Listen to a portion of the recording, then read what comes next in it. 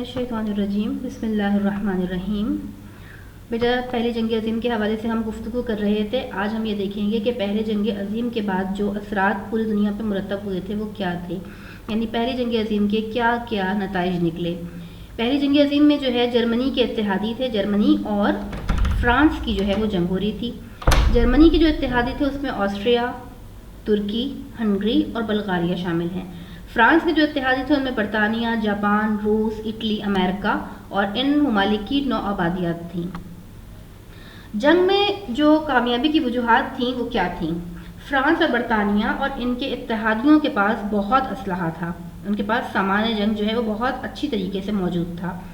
انہوں نے جرمنی کی خوراک کی ترسیل بند کر دی، یعنی جرمنی والوں کے پاس کھانے پینے کو کچھ نہیں پہنچ رہا تھا۔ پھر امریکہ کی جنگ میں شمولیت نے فرانس کو بہت مضبوط کر دیا، آپ کو پتہ ہے کہ امریکہ سپر پاور رہا ہے۔ روس کی جنگ سے علیحدگی نے بھی فرانس اور برطانیہ کو مضبوط کیا، روس بھی سپر پاور رہ چکا ہے، بہت بڑی طاقت ہے۔ جب وہ جنگ سے الگ ہوا تو پھر فرانس اور برطانیہ جو ہے وہ بہت اسٹرانگ ہو گئے۔ روس کا یہ اقدام فرانس، برطانیہ اور ان کے اتحادیوں کو مکمل فتح کی جانب لے گیا۔ پھر ہم بات کرتے ہیں عالمی جنگ کے سیاسی اثرات پر۔ جرمنی اور اس کے اتحادی ہار گئے، فرانس، برطانیہ اور اس کے اتحادی جنگ جیت گئے، پہلا یہ اثر ہوا، ٹھیک ہے۔ لاکھوں لوگ مارے گئے، یورپ کے شہروں کو بری طرح نقصان پہنچا، لاکھوں بیوائیں اور یتیم اپنی زندگی تنہا گزارنے پر مجبور ہو گئے، یعنی لوگوں کے حالات جو تھے وہ بہت زیادہ خراب ہو گئے اور لوگ تنہا ہو گئے۔ جنگ میں شریک ممالک بری طرح مالی طور پہ برباد ہوئے، پیسے کا بہت زیادہ نقصان ہوا ہے۔ اس جنگ کی وجہ سے بادشاہتوں کا مکمل خاتمہ ہو گیا، یعنی کہ جس زمانے میں بادشاہ جو بہت عیش کیا کرتے تھے ان کی جو حکومتیں تھیں ختم ہو گئیں۔ پھر 3 نئے نظاموں نے جنم لیا، کمیونزم، نازیزم اور فاشزم۔ یہ مختلف قسم کے سسٹم تھے، اس کا ذکر ہم اب آگے کریں گے۔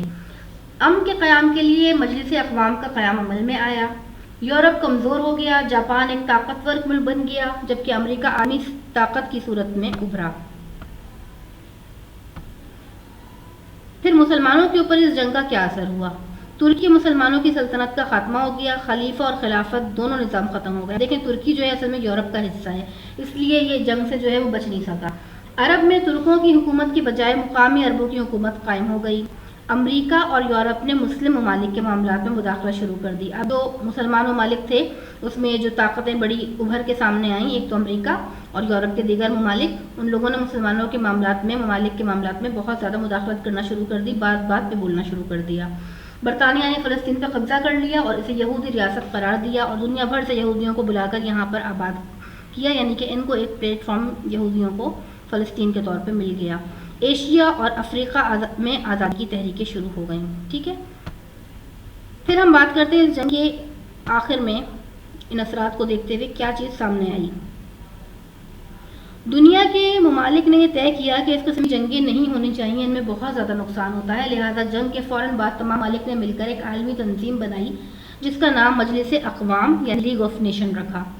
اس تنظیم کا مقصد امن اور دفاع تھا، یعنی کہ بچاؤ کرنا، ایسی صورت پیدا کرنا جس سے جنگ نہ ہو۔ اس تنظیم کا دفتر جنیوا، سوئٹزرلینڈ میں تھا۔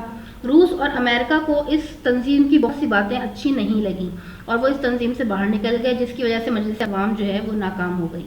مجلس اقوام کی ناکامی کا ایک سبب یہ بھی تھا کہ اس میں فوجیں تیار نہیں کی گئی تھیں اور اس وجہ سے یہ تنظیم 20 سال کے عرصے میں ختم ہو گئی۔ اب بیٹا آپ کو کرنا کیا ہے، آپ کو ایک تو یہ جو پورے ٹاپک ہے جہاں پر جنگ عظیم اول کے واقعات سے لے کر بعد میں مسلمانوں کے اثرات اور مجلس اقوام تک کا ٹاپک دیا ہوا ہے، صفحہ نمبر 4، 5 اور 6، اس کی آپ ریڈنگ کریں گے، ٹھیک ہے۔